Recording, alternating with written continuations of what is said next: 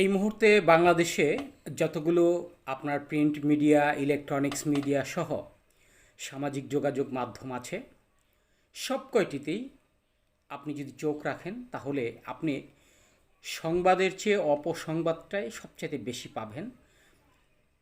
আপনারা দেখেন, আজকে আমি একটি পত্রিকা, যুগান্তর পত্রিকা আমি পড়ি এবং আমি নিজেও লিখি যুগান্তরে। তো এই যুগান্তর পত্রিকাটা আমি ধরে আজকে সকালবেলা যখন দেখলাম যে আসলে যতগুলো নিউজ করা হয়েছে আজকের পত্রিকায়, এর 99% নিউজে বাংলাদেশের জন্য অত্যন্ত দুর্ভাগ্যজনক। আপনি দেখেন, আমি একটি 7 মিনিটের ভিডিও আজকে করেছি এই বিষয়টা নিয়ে।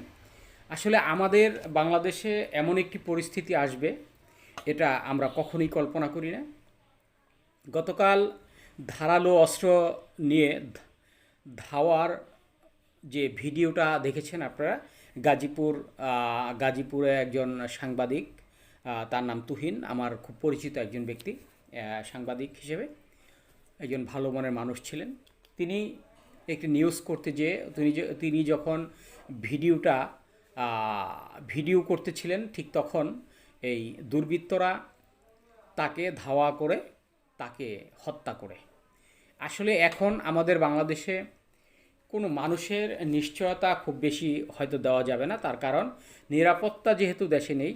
আইনশৃঙ্খলা বাহিনীর যে উদাসীনতা এবং আইনশৃঙ্খলা বাহিনী দেখেও না দেখার ভান করা, আইনশৃঙ্খলা বাহিনীর যে শক্ত অবকাঠামোটা সেটাও একেবারে ভিত নড়ে গেছে।